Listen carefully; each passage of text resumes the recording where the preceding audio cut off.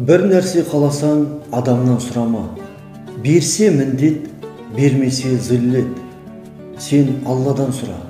Берсе нығмет, бермесе хикмет. Аллаға сенің тілегіңді орындау үшін емес, оны разы ету үшін құлшылық ет. Егер ол разы болса, беретін ихсандарымен сені таңғалдырады. Екі нәрсені мүлде ұмытпа, Алланы және өлімді.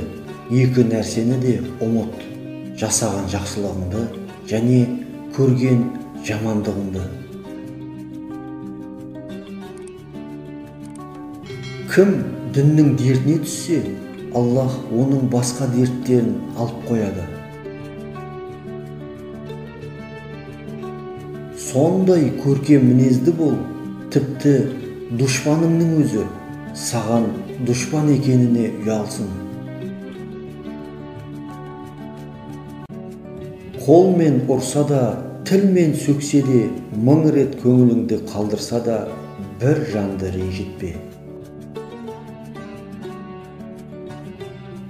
Біреуді дұрыс тануың керек болса, кімнің және ненің соңында жүргеніне қара, танисың.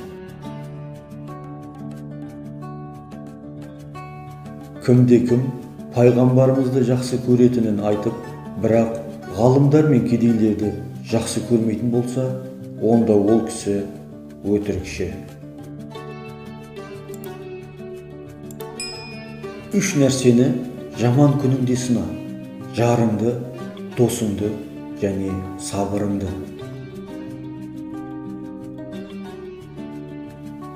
Адам үшін өз кемшіліктерін білу сондай бір жетістік, одан жоғары тұратын жетістік жоқ.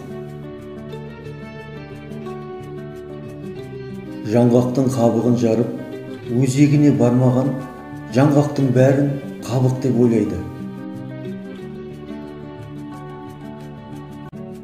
Адамдарды түзету үшін алдымен өзімізді түзеуіміз керек.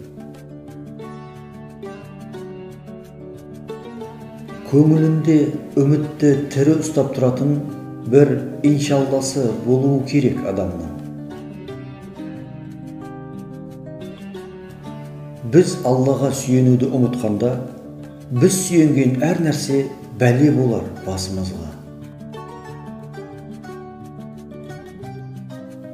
Кімнің жүрегінде Алла болса, Алла оған дүниеде де, ақыретте де жәрдемші болады.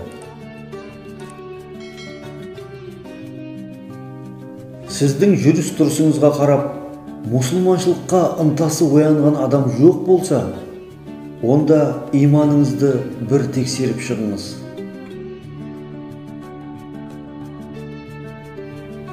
Құнды болған нәрсе ол өмір емес, өмірдің мақсаты.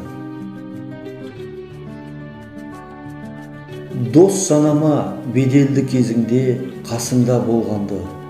Дос деп біл, қайғылы күніңде қолын саған созғанды.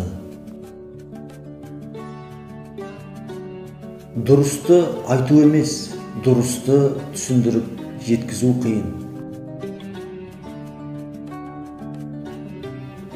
Қанағат етуден ешкім өлмеді, ашкөздік те ешкімді байытпады.